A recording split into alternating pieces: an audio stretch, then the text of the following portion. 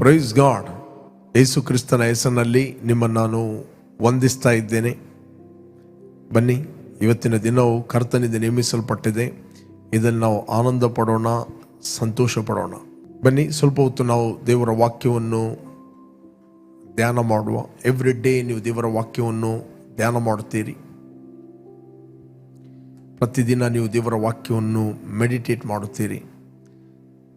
ಹೇಗೆ ನಮ್ಮ ಶರೀರಕ್ಕೆ ಆಹಾರ ಬೇಕು, ಅದೇ ರೀತಿ ನಮ್ಮ ಆತ್ಮಕ್ಕೆ ದೇವರ ವಾಕ್ಯ ಬೇಕು. Praise God. ಯೇಸು ಹೇಳಿದ ಮನುಷ್ಯನು ಬದುಕುವುದು ರೊಟ್ಟಿ ತಿಂದ ಮಾತ್ರದಿಂದ ಅಲ್ಲ. ಅದರ ಅರ್ಥ ರೊಟ್ಟಿ ಬೇಕು, ಅದು ಶರೀರಕ್ಕೆ. ಬಟ್ ದೇವರ ಬಾಯಿಂದ ಹೊರಡುವ ಪ್ರತಿಯೊಂದು ಮಾತುಗಳಿಂದ ಮನುಷ್ಯನು ಬದುಕುತ್ತಾನೆ. Praise God. ಅದೇ ರೀತಿ ಊಟ, ರೊಟ್ಟಿ ಎಂಬುವಂಥದ್ದು ಅದು ನಮ್ಮ ಶರೀರಕ್ಕೆ, ಬಟ್ ನಮ್ಮ ಆತ್ಮಕ್ಕೆ ದೇವರ ವಾಕ್ಯ ಬೇಕು. ದೇವರ ವಾಕ್ಯವನ್ನು ನೀವು ಮೆಡಿಟೇಟ್ ಮಾಡಿದಾಗ ನೀವು ಆತ್ಮದಲ್ಲಿ ಪುಷ್ಟರಾಗುತ್ತೀರಿ. ಬೈಬಲ್ ಹೇಳ್ತದೆ, 10ನೇ ಅಧ್ಯಾಯ 27ನೇ ವಚನ ಯೆಶಾಯನ ಗ್ರಂಥದಲ್ಲಿ ನೀವು ಓದಿದರೆ ನಿಮಗೆ ಸಿಗ್ತದೆ. ಯೆಶಾಯ 10:27, 10 chapter 27 verse. ಆ ದಿನದಲ್ಲಿ ಅವರು ಹೊರಿಸಿದ ಹೊರೆಯು ನಿಮ್ಮ ಬೆನ್ನಿನಿಂದಲೂ ಹೂಡಿದ ನೊಗವು ಕತ್ತಿನಿಂದಲೂ ತೊಲಗುವು. ನೀವು ಪುಷ್ಟರಾದ ಕಾರಣ ನೊಗವು ಮುರಿದು ಹೋಗುವುದು. Praise God. ಇಂಗ್ಲಿಷ್ ಇರ್ತದೆ, and it shall come to pass in that day that his burden shall be taken away from off thy shoulder and his yoke from off thy neck, and the yoke shall be destroyed because of the anointing. Okay, because of the anointing. ಇಲ್ಲಿ ಆ ದಿನದಲ್ಲಿ ದೇವರ ವಾಕ್ಯ ಹೇಳ್ತದೆ, ಆ ದಿನದಲ್ಲಿ. ಆ ದಿನ ಅಂತ ಹೇಳಿದರೆ ಅದು ಈ ದಿನ. ಆ ದಿನ ಇಲ್ಲಿ ಮಾತಾಡುವಂಥದ್ದು ಅದು ಈ ದಿನ. ಸತ್ಯವೇದದಲ್ಲಿ ಅದು ಮಾತಾಡ್ತದೆ ಸಭೆಯ ಬಗ್ಗೆ. It is talking about the church.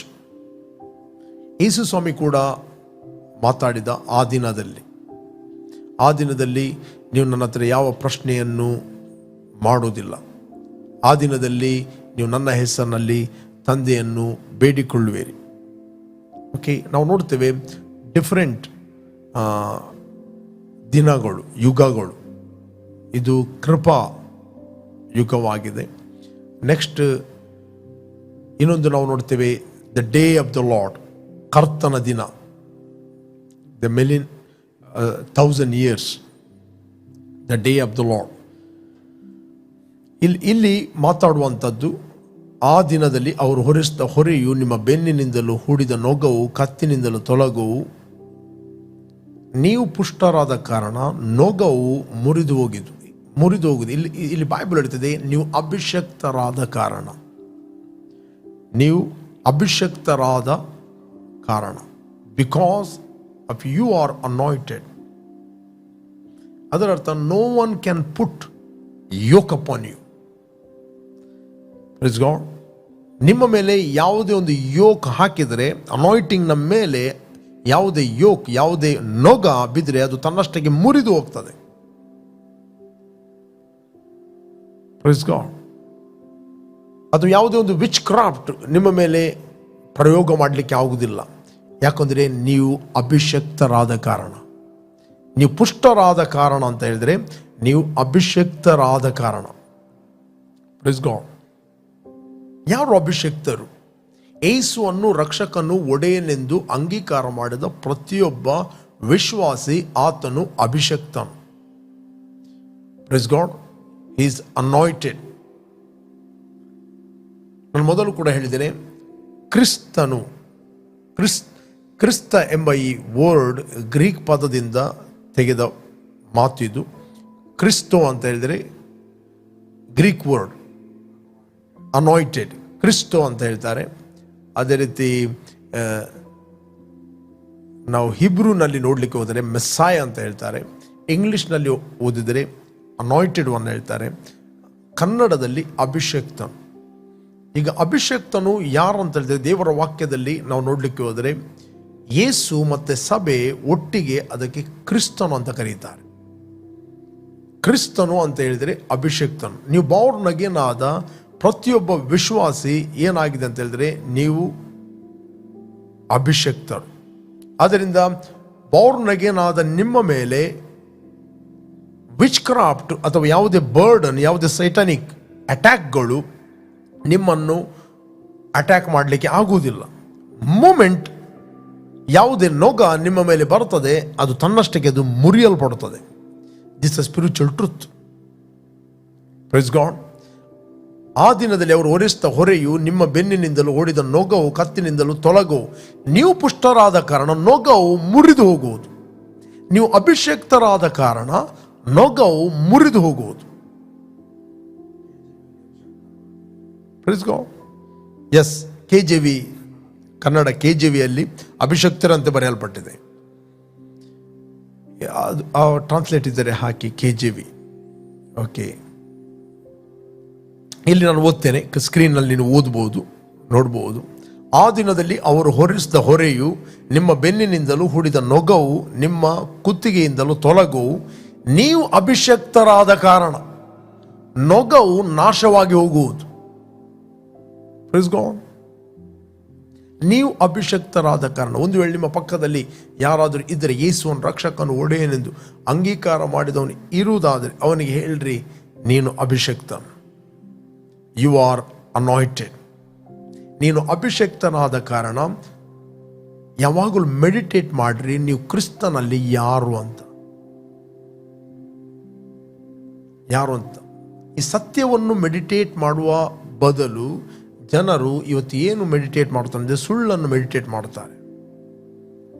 ನನಗೆ ಯಾರೋ ಮಾಟ ಮಾಡಿದ್ದಾರೆ, ನನಗೆ ಯಾರೋ ಹುಡಿ ಬಿಸಾಡಿದ್ದಾರೆ, ಯಾರೋ ನನಗೆ ವಿಚ್ ಕ್ರಾಫ್ಟ್ ಮಾಡಿದ್ದಾರೆ, ಯಾರೋ ನನ್ನ ಬಿಸ್ನೆಸ್ಗೆ ವಿಚ್ ಕ್ರಾಫ್ಟ್ ಮಾಡಿದ್ದಾರೆ. ಯಾರು ಇದೆಲ್ಲ ಮಾತಾಡೋದು? ಯಾರು? ವಿಶ್ವಾಸಿಗಳು. ಬಾರ್ನ್ ಅಗೇನ್ ಆದವರಿಗೆ ಕಲಿಸಲೇ ಇಲ್ಲ. ಏನಂತ ಹೇಳಿದರೆ, ಕ್ರಿಸ್ತನಲ್ಲಿ ನೀವು ಯಾರು ಅಭಿಷೇಕ್ತರು ಅಂತ ಕಲಿಸಲೇ ಇಲ್ಲ. ಇಲ್ಲಿ ಪ್ರಾಬ್ಲಮ್ ದೇವರ ಪ್ರಾಬ್ಲಮ್ ಅಲ್ಲ. ಇಲ್ಲಿ ಪ್ರಾಬ್ಲಮ್ ಏನಂದ್ರೆ ತಿಳುವಳಿಕೆಯ ಪ್ರಾಬ್ಲಮ್.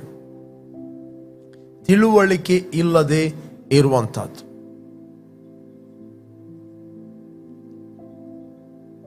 ಎವ್ರಿ ಡೇ ಹೇಳ್ರಿ, ನಾನು ಕ್ರಿಸ್ತನಲ್ಲಿ ನೂತನ ಸೃಷ್ಟಿಯಾಗಿದ್ದೇನೆ, ನಾನು ಕ್ರಿಸ್ತನಲ್ಲಿ ಅಭಿಷಕ್ತನಾಗಿದ್ದೇನೆ, ನಾನು ಕ್ರಿಸ್ತನಲ್ಲಿ ನೀತಿವಂತನಾಗಿದ್ದೇನೆ, ನಾನು ಕ್ರಿಸ್ತನಲ್ಲಿ ಜಯಶಾಲಿಗಳಿಗಿಂತ ಜಯಶಾಲಿ ಆಗಿದ್ದೇನೆ, ಕ್ರಿಸ್ತನಲ್ಲಿ ಕರ್ತನ ಆತ್ಮನು ನನ್ನಲ್ಲಿದ್ದಾನೆ, ನನ್ನ ಮೇಲೆ ಇದ್ದಾನೆ.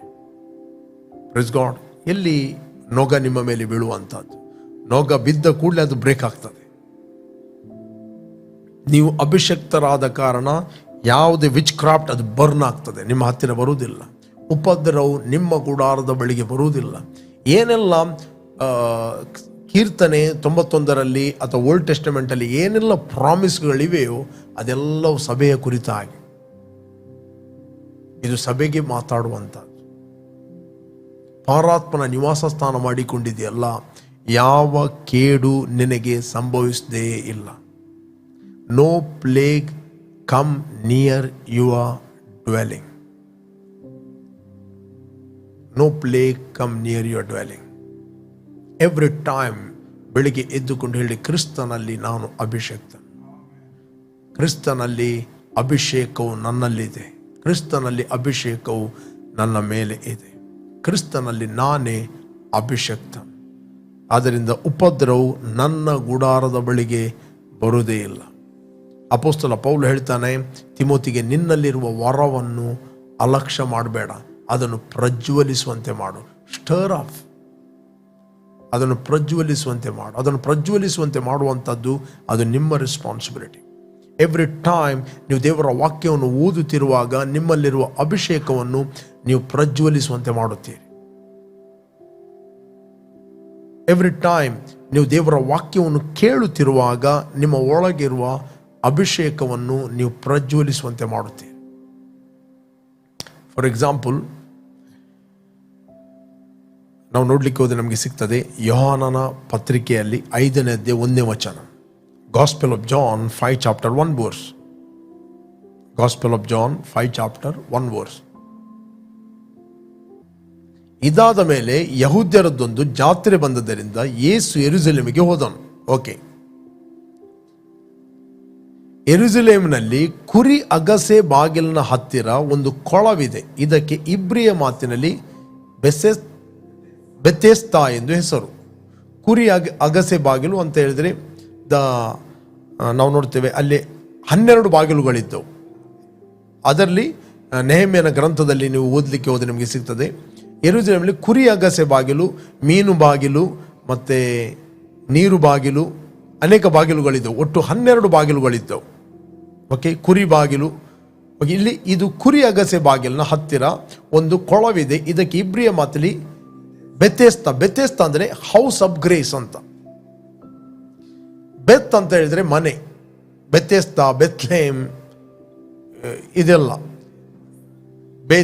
ಬೇತ್ ಅಂದರೆ ಮನೆ, ಬೆಥೆಸ್ದಾ ಅಂತ ಹೇಳಿದ್ರೆ ಹೌಸ್ ಆಫ್ ಗ್ರೇಸ್ ಅಂದರೆ ಕೃಪೆಯ ಮನೆ.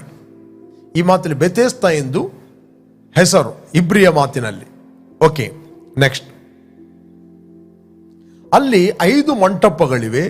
ಇವುಗಳಲ್ಲಿ ಬಹುಮಂದಿ ರೋಗಿಗಳು, ಕುರುಡರು, ಕುಂಟರು, ಮೈ ಒಣಗಿದವರು, ಬಿದ್ದುಕೊಂಡಿರುವರು.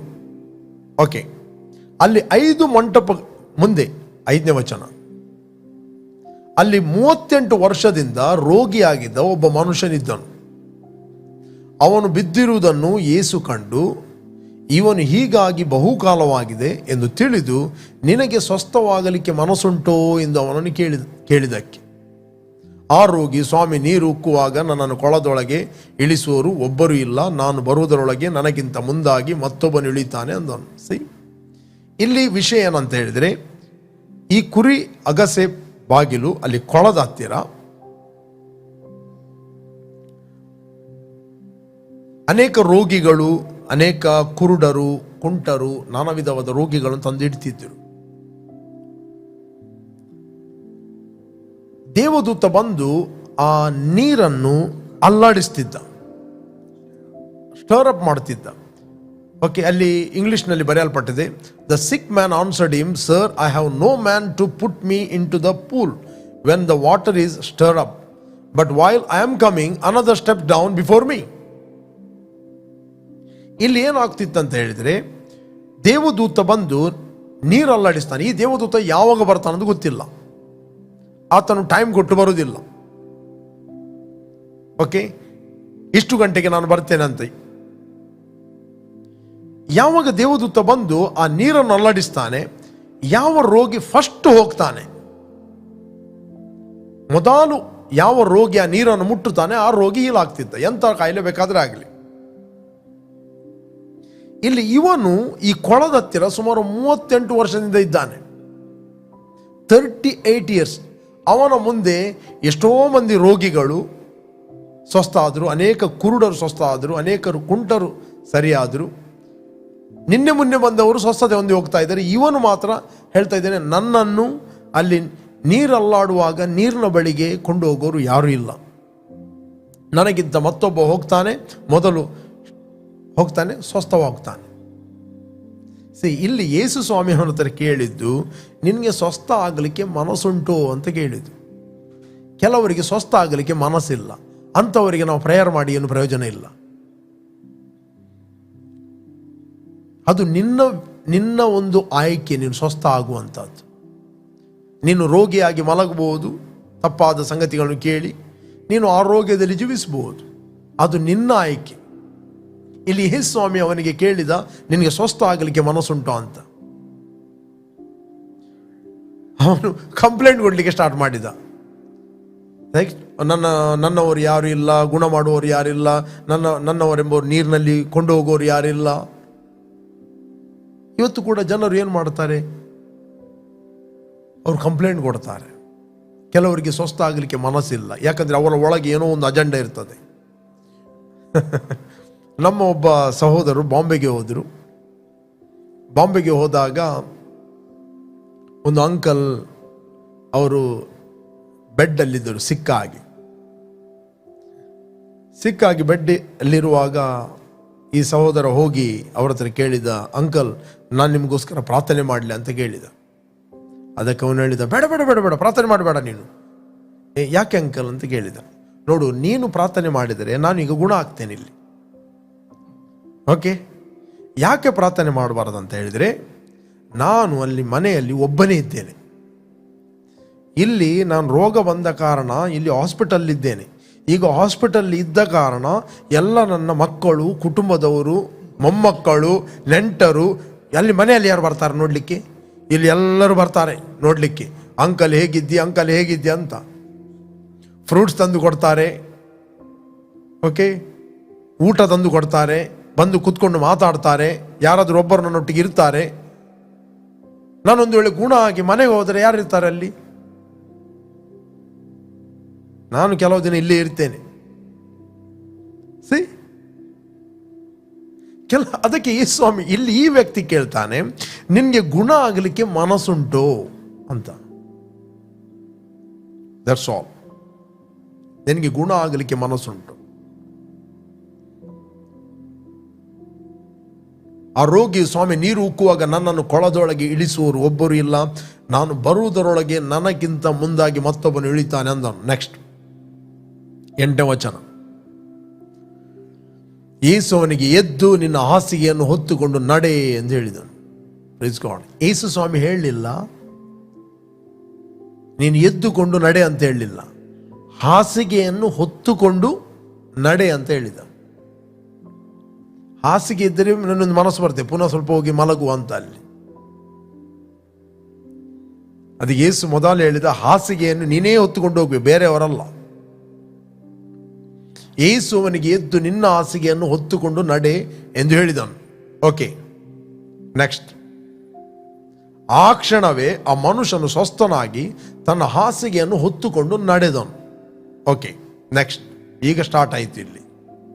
ಆದರೆ ಆ ದಿವಸ ಸಬ್ಬಾತ್ ದಿನವಾಗಿತ್ತು.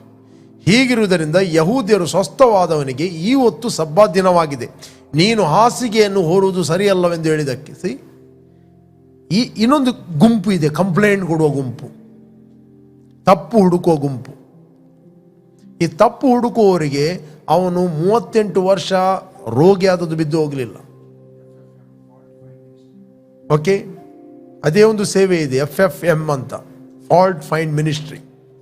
ಅವನಿಗೆ ಎದ್ದು ಹೋದದ್ದು ಬಿದ್ದು ಹೋಗಲಿಲ್ಲ, ಅವನು ಸ್ವಸ್ಥ ಆದದ್ದು ಬಿದ್ದು ಹೋಗಲಿಲ್ಲ. 38 ವರ್ಷ ಮಲಗಿದ್ರು ಅವನು ತೊಂದರೆ ಇರಲಿಲ್ಲ. ಇವರಿಗೆ ಪ್ರಾಬ್ಲಮ್ ಏನಂತ ಹೇಳಿದ್ರೆ, ಇವನು ಸಬ್ಬಾತ್ ದಿನವನ್ನು ಅಲಕ್ಷ್ಯ ಮಾಡ್ತಾನೆ, ಸಬ್ಬಾತ್ ದಿನದಲ್ಲಿ ಮಾಡಬಾರದ ಕೆಲಸವನ್ನು ಮಾಡ್ತಾ ಇದ್ದಾನೆ, ಸಬ್ಬಾತ್ ದಿನದಲ್ಲಿ ಹಾಸಿಗೆಯನ್ನು ಹೊತ್ತುಕೊಂಡು ಹೋಗ್ಲಿಕ್ಕೆ ಹೇಳ್ತಾ ಇದ್ದಾನೆ.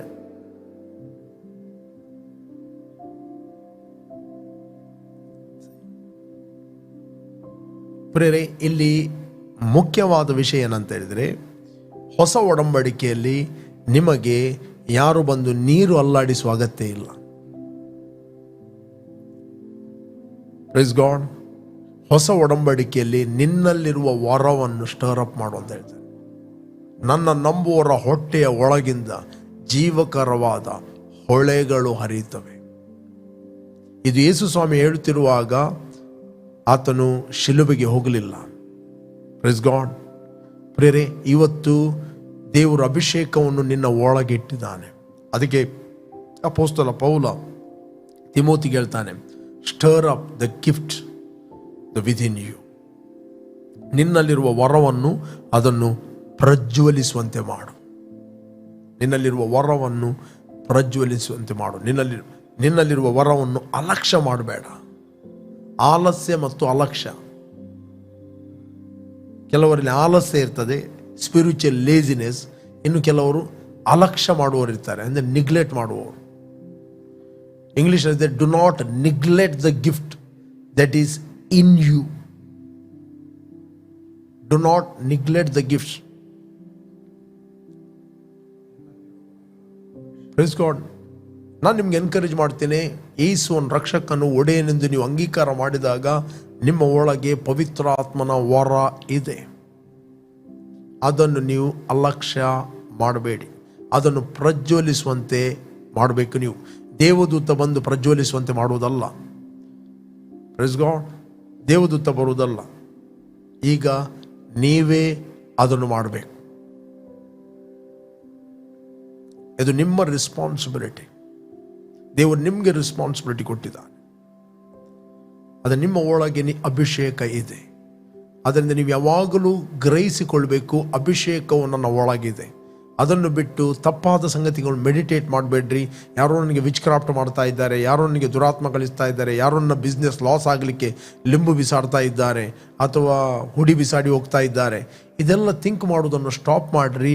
ಅದರ ಬದಲು ನಿಮ್ಮ ಒಳಗಿರುವ ವರವನ್ನು ಪ್ರಜ್ವಲಿಸುವಂತೆ ಮಾಡಿರಿ. ನಿಮ್ಮ ಒಳಗಿರುವ ಪವಿತ್ರಾತ್ಮನನ್ನು ಪ್ರಜ್ವಲಿಸುವಂತೆ ಮಾಡಿರಿ.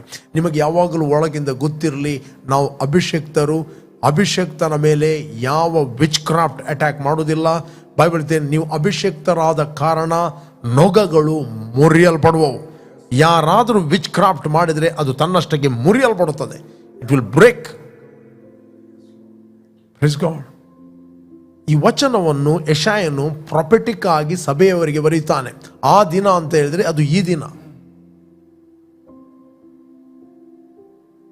ಪ್ರಸನ್ನತೆಯ ದಿನದಲ್ಲಿ ನಿನ್ನ ಮನವಿಯನ್ನು ಕೇಳಿಕೊಂಡೇನು. ಆ ದಿನದಲ್ಲಿ ಅದಕ್ಕೆ ಅಪೊಸ್ತಲ ಪೌಲ ಹೇಳ್ತೇನೆ, ಆ ದಿನ ಅಂದರೆ ಅದು ಇದೇ ದಿನ.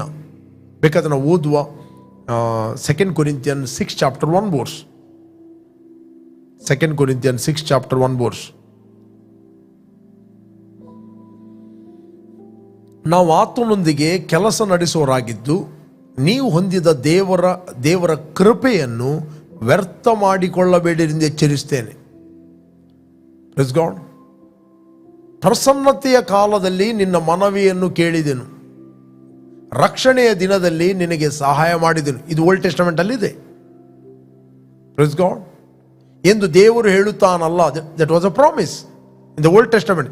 ಹೇಗೆ 10ನೇ 27ನೇ ವಚನವು ಕೂಡ ಪ್ರಾಮಿಸು, ವಾಗ್ದಾನವು, ಇದು ಕೂಡ ವಾಗ್ದಾನವೇ ಆಗಿತ್ತು. ಈಗ ಈ ವಾಗ್ದಾನ ಕ್ರಿಸ್ತನಲ್ಲಿ ನೆರವೇರಿದೆ. ಈಗಲೇ ಆ ಸುಪ್ರಸನ್ನತೆಯ ಕಾಲ, ಇದೇ ಆ ರಕ್ಷಣೆಯ ದಿನ. Praise God. ಈಗಲೇ ಆ ಸುಪ್ರಸನ್ನತೆಯ ಕಾಲ, ಇದೇ ಆ ರಕ್ಷಣೆಯ ದಿನ. ಆದ್ದರಿಂದ ಬಾರ್ನ್ ಅಗೇನ್ ಆದವರು ನೀವೆಲ್ಲಿಂದ ವೀಕ್ಷಿಸ್ತಾ ಇದ್ದೀರಿ, ಯಾವ ಕಂಟ್ರಿಯಿಂದ ನೀವು ವೀಕ್ಷಿಸ್ತಾ ಇದ್ದೀರಿ, ಒಂದು ನಿಮಗೆ ಗೊತ್ತಿರಲಿ, ನೀವು ಕ್ರಿಸ್ತನಲ್ಲಿ ಅಭಿಷಕ್ತರು. ನೀವು ಅಭಿಷಕ್ತರಾದ ಕಾರಣ ನೊಗವು ಮುರಿಯಲ್ಪಡುವುದು. Praise God. ಕೆಲವರು ಹೇಳಿದುಂಟು, ಅಭಿಷೇಕ ಮೆಲ್ಲ ಮೆಲ್ಲ ಮೆಲ್ಲ ಬಂದು ಬಂದು ಬಂದು ಬಂದು ನೊಗಗಳು ಮುರಿತವೆ ಅಂತ. ಎಲ್ಲಿ ಮಾತಾಡುವಂಥದ್ದು, ಯಾವುದೇ ನೊಗ ಯಾರು ಹಾಕಿದ್ರು ಆ ನೊಗ ನಿಮ್ಮ ಮೇಲೆ ಉಳಿಯುವುದಿಲ್ಲ, ಅದು ಫಲಿಸುವುದಿಲ್ಲ, ಅದು ಫ್ರೂಟ್ ಕೊಡುವುದಿಲ್ಲ. Praise God. ನಿಮ್ಗೆ ಯಾವಾಗಲೂ ಗೊತ್ತಿರಲಿ, ಐ ಆಮ್ ಅನಾಯಿಂಟೆಡ್ ಒನ್. ನಾನು ಕ್ರಿಸ್ತನಲ್ಲಿ ಅಭಿಷೇಕ್ತನು. ಕರ್ತನ ಆತ್ಮನು ನನ್ನ ಮೇಲೆ ಇದ್ದಾನೆ. ಕರ್ತನ ಅಭಿಷೇಕವು ನನ್ನಲ್ಲಿದೆ. ದೇವರು ನನ್ನಲ್ಲಿ ವಾಸಿಸ್ತಾ ಇದ್ದಾನೆ, ನನ್ನ ಮೇಲೆ ಇದ್ದಾನೆ, ನನ್ನ ಮೂಲಕ ಕೆಲಸ ಮಾಡುತ್ತಾನೆ. ಪ್ರತಿಯೊಬ್ಬ ವಿಶ್ವಾಸಿ ಇದನ್ನು ಗ್ರಹಿಸಬೇಕಾದದ್ದು. ಬೇಕಾದ್ರೆ ನಾವು ಓದುವ ಎಫೆಸಿಯನ್ 4 chapter 3 verse. ಎಫೆಸಿಯನ್ 4 chapter 3 verse. ಎಫೆಸಿಯರಿಗೆ ಬರೆದ 3ನೇ ಅಧ್ಯಾಯ 4ನೇ ವಚನ ಓದುವ. ಎಫೆಸಿಯನ್ 4:4. ನೀವೆಲ್ಲರೂ ಒಂದೇ ದೇಹಕ್ಕೆ ಸೇರಿದವರು. ನೀವೆಲ್ಲರೂ, ಕೆಲವರಲ್ಲ, ನೀವೆಲ್ಲರೂ ಒಂದೇ ದೇಹಕ್ಕೆ ಸೇರಿದವರು, ಒಬ್ಬನೇ ಆತ್ಮನನ್ನು ಹೊಂದಿದವರು. ನೀನು ಎಲ್ಲಿ ಬೇಕಾದರೆ ಇರು, USA ಅಲ್ಲಿ ಇರು, ಇಟಲಿಯಲ್ಲಿ ಇರು, ಅಥವಾ ಮಂಗಳೂರಿನಲ್ಲಿ ಇರು, ಬೆಂಗಳೂರಿನಲ್ಲಿ ಇರು, ನೀವೆಲ್ಲರೂ ಒಂದೇ ದೇಹಕ್ಕೆ ಸೇರಿದವರು, ಒಬ್ಬನೇ ಆತ್ಮನನ್ನು ಹೊಂದಿದವರು. We are the body of Christ. ಒಂದೇ ಪದವಿಯನ್ನು ನಿರೀಕ್ಷಿಸದಕ್ಕೆ ಕರೆಯಲ್ಪಟ್ಟವರು. ನಿಮ್ಮೆಲ್ಲರಿಗೂ ಕರ್ತನು ಒಬ್ಬನೇ, ಭರವಸವು ಒಂದೇ, ಸ್ಥಾನ ದೀಕ್ಷೆ ಒಂದೇ. ಎಲ್ಲರಿಗೂ ತಂದೆಯಾಗಿರುವ ದೇವರು ಒಬ್ಬನೇ. ಆತನು ಎಲ್ಲರ ಮೇಲಿರುವನು, ಎಲ್ಲರ ಮುಖಾಂತರ ಕಾರ್ಯ ನಡೆಸುವವನು, ಎಲ್ಲರಲ್ಲಿ ವಾಸಿಸುವವನು ಆಗಿದ್ದಾನೆ. ಇದನ್ನೇ ಮೆಡಿಟೇಟ್ ಮಾಡಿದ್ರೆ ಸಾಕು. Please god. ಪುನಃ ನಾನು ಓದ್ತೇನೆ 6ನೇ ವಚನ. ಎಲ್ಲರಿಗೂ ತಂದೆಯಾಗಿರುವ ದೇವರು ಒಬ್ಬನೇ. ಆತನು ಎಲ್ಲರ ಮೇಲಿರುವನು, ಎಲ್ಲರ ಮುಖಾಂತರ ಕಾರ್ಯ ನಡೆಸುವವನು, ಎಲ್ಲರಲ್ಲಿ ವಾಸಿಸುವವನು ಆಗಿದ್ದಾನೆ. ನನ್ನೊಟ್ಟಿಗೆ ಹೇಳ್ರಿ, ನಮಗೆಲ್ಲರಿಗೂ ತಂದೆಯಾದ ದೇವರು ಒಬ್ಬನೇ. ಆತನು ನಮ್ಮ ಮೇಲೆ ಇದ್ದಾನೆ, ನಮ್ಮ ಮೂಲಕ ಕಾರ್ಯ ನಡೆಸುವನಾಗಿದ್ದಾನೆ, ನಮ್ಮಲ್ಲಿ 24/7 ವಾಸ ಮಾಡುತ್ತಾನೆ. Praise God. ಪ್ರೇರೆ, ನೀವು ಕ್ರಿಸ್ತನಲ್ಲಿ ಅಭಿಷಕ್ತರಾಗಿದ್ದೀರಿ. You are anointed. Stir up the gift that is within you. Praise God. 38 ವರ್ಷದ ವ್ಯಕ್ತಿ ಆ ಕುರಿಯ ಗೆಸೆ ಬಾಗಿಲು ಬೆತೆಸ್ದ ಕೊಳದ ಹತ್ತಿರ 38 ವರ್ಷ ಕಾಯಬಹುದು. ಆದರೆ ಅವನು ಕಾಯ್ದಂತೆ ನೀವು ಕಾಯಬೇಕಾಗಿಲ್ಲ. ನೀವು ಎನಿ ಟೈಮ್ ನಿಮ್ಮಲ್ಲಿರುವ ವರವನ್ನು ಪ್ರಜ್ವಲಿಸಬಹುದು, ನಿಮ್ಮಲ್ಲಿರುವ ಆರೋಗ್ಯವನ್ನು ಪ್ರಜ್ವಲಿಸುವಂತೆ ಮಾಡ್ಬೋದು, ನಿಮ್ಮಲ್ಲಿರುವ ಸಮಾಧಾನವನ್ನು ಕ್ರಿಸ್ತನಲ್ಲಿ ನೀವು ಪ್ರಜ್ವಲಿಸುವಂತೆ ಮಾಡ್ಬೋದು, ನಿಮ್ಮಲ್ಲಿರುವ ಪ್ರೀತಿ ಪವಿತ್ರಾತ್ಮನ ಮೂಲಕ ದೇವರು ಸುರಿಸ್ತಾ ನಿಮ್ಮ ಒಳಗೆ ಅದನ್ನು ನೀವು ಪ್ರಜ್ವಲಿಸುವಂತೆ ಮಾಡಬಹುದು. Praise God. ನಿಮ್ಮಲ್ಲಿರುವ ದೇವರ ಕರುಣೆಯನ್ನು ನೀವು ಪ್ರಜ್ವಲಿಸುವಂತೆ ಮಾಡಬಹುದು. ಬೆಳಿಗ್ಗೆ ಎದ್ದುಕೊಂಡು ನೀವು ವಾಕ್ಯವನ್ನು ಓದುವಾಗ, ವಾಕ್ಯವನ್ನು ಆರಾಧಿಸ್ತಿರುವಾಗ ನಿಮ್ಮ ಒಳಗಿರುವ ವರವನ್ನು, ಅಭಿಷೇಕವನ್ನು ನೀವು ಪ್ರಜ್ವಲಿಸುವಂತೆ ಮಾಡುತ್ತೀರಿ. Price God. ಪ್ರೇರೆ, ನಾನು ನಿಮಗೆ ಎನ್ಕರೇಜ್ ಮಾಡುತ್ತೇನೆ, ಯಾರು ನೀವು ಫಸ್ಟ್ ಟೈಮ್ ವೀಕ್ಷಿಸ್ತಾ ಇದ್ದೀರಿ, ಯೇಸುವನ್ನು ರಕ್ಷಕನ ಒಡೆಯನೆಂದು ನೀವು ಅಂಗೀಕಾರ ಮಾಡದಿದ್ದರೆ, this the right time. Call Jesus in your heart. ನಿಮ್ಮ ಹೃದಯದಲ್ಲಿ ಯೇಸುವನ್ನು ಕರೆಯಿರಿ. ಯಾರು ಆತನ ಅಂಗೀಕಾರ ಮಾಡುತ್ತಾರೋ, ಅಂದರೆ ಆತನ ಹೆಸರನ್ನು ನಂಬಿಕೆ ಇಡ್ತಾರೋ, ಅವರಿಗೆ ದೇವರ ಮಕ್ಕಳಾಗುವ ಅಧಿಕಾರವನ್ನು ಆತನು ಕೊಟ್ಟಿದ್ದಾನೆ. ಇವರು ರಕ್ತ ಸಂಬಂಧದಿಂದಾಗಲಿ, ಕಾಮದಿಂದಾಗಲಿ, ಪುರುಷ ಸಂಕಲ್ಪದಿಂದಾಗಲಿ ಇವರು ಹುಟ್ಟಿದವರಲ್ಲ, ಇವರು ದೇವರಿಂದ ಹುಟ್ಟಿದವರು. ಆತನು ಅಂಗೀಕಾರ ಮಾಡಿದ ಪ್ರತಿಯೊಬ್ಬ ವ್ಯಕ್ತಿ ಆತನು ಅಭಿಷಕ್ತನಾಗಿದ್ದಾನೆ. Let's pray. Thank you Lord. ಭೂಮಿ ಆಕಾಶಗಳನ್ನು ಉಂಟು ಮಾಡಿದ ಸರ್ವಶಕ್ತನಾದ ನನ್ನ ತಂದೆ, ನೀನು ನನ್ನ ಮೇಲೆ ಪ್ರೀತಿಯನ್ನು ಮಾಡಿ ನಿನ್ನ ಒಬ್ಬನೇ ಮಗನಾದ ಯೇಸುವನ್ನು ನನಗೋಸ್ಕರ ನೀನು ಕಳಿಸಿದಿ. ಆತ ನನಗೋಸ್ಕರ ಕ್ರೂಜೆಯಲ್ಲಿ ಸತ್ತು ರಕ್ತವನ್ನು ಸುರಿಸಿ ಹೂಣಲ್ಪಟ್ಟು 3ನೇ ದಿನ ಸತ್ತವರ ಒಳಗಿಂದ ಎದ್ದು ಬಂದನೆಂದು ನಾನು ನನ್ನ ಹೃದಯದಲ್ಲಿ ನಂಬುತ್ತೇನೆ ಮತ್ತು ಬಾಯಿಂದ ನಾನು ಅರಿಕೆ ಮಾಡುತ್ತೇನೆ. ಯೇಸುವೆ ನನ್ನ ಕರ್ತನು. ನಾನು ನಂಬುತ್ತೇನೆ, ನನಗೆ ಬಿಡುಗಡೆ ಆಯಿತು. ತಂದೆ, ನಾವಿವತ್ತು ಕ್ರಿಸ್ತನಲ್ಲಿ ಅಭಿಷಕ್ತರಾಗಿದ್ದೇವೆ. ನಾವು ಅಭಿಷಕ್ತರಾದ ಕಾರಣ ರೋಗಗಳು ನಮ್ಮನ್ನು ಆಳುವುದಿಲ್ಲ. ರೋಗ, ವ್ಯಾಧಿ, ಕಾಯಿಲೆಗಳು, ಹೊಟ್ಟೆಗಿಚ್ಚು, ಸಿಟ್ಟು, ಬಿಟರ್ನೆಸ್ ನಮ್ಮನ್ನು ಆಳಲಾಗುವುದಿಲ್ಲ. ನಾವು ದೇವರಿಂದ ಹುಟ್ಟಿದವರು, ನಾವು ಕ್ರಿಸ್ತನಲ್ಲಿ ಅಭಿಷೇಕ್ತರು, ನಾವು ಅಭಿಷೇಕದಲ್ಲಿ ನಡೆಯುವರಾಗಿದ್ದೇವೆ. Thank you Lord. We will walk in love, walking in authority, walking in dominion, walking in favour, O God, by the power of the Holy Spirit of Master. In Jesus' name, amen, amen, amen.